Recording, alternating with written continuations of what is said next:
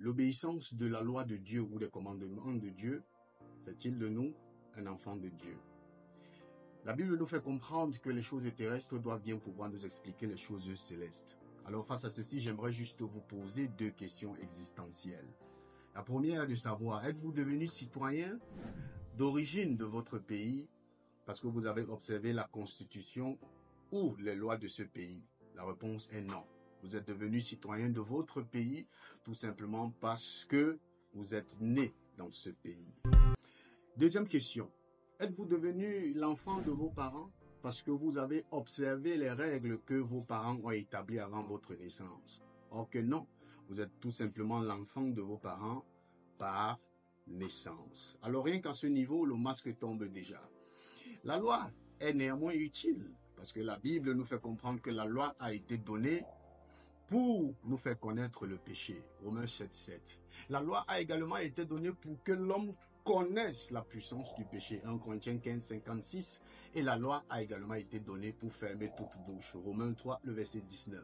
Voilà pourquoi la Bible appelle la loi le pédagogue. Alors, nous allons prendre un texte dans les Écritures, dans le livre de Luc 18, à partir de son verset 18 jusqu'au verset 21. La Bible nous fait comprendre qu'un chef interrogea Jésus et lui dit, bon maître, que dois-je faire pour hériter la vie éternelle? Donc rien que par sa question, nous comprenons déjà qu'il n'a pas la vie éternelle et il souhaite donc savoir comment on fait pour avoir cette vie éternelle.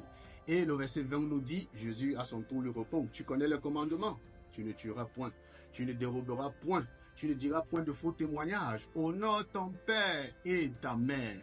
Et le verset 21, le jeune homme riche dit à Jésus, j'ai, dit-il, observé toutes ces choses dès ma jeunesse. Donc il est en train de dire à Jésus que j'ai observé toute la loi depuis l'âge de ma bar mitzvah.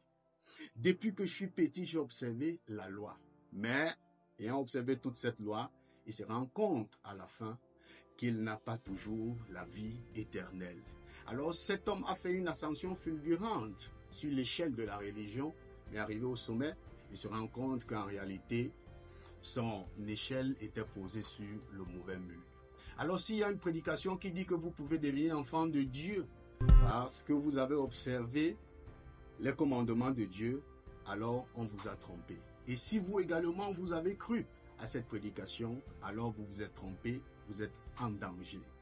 Voilà pourquoi l'apôtre Paul va revenir dire dans Galates 2, le verset 16, que sachant néanmoins que nous sommes sauvés, non pas par les œuvres de la loi, mais par la foi. Et qu'est-ce que la loi elle-même dit? La loi dit que le juste vivra par la foi. Alors non, on ne devient pas enfant de Dieu parce qu'on a observé les commandements de Dieu. Mais on observe les commandements de Dieu parce que nous sommes déjà devenus enfants de Dieu.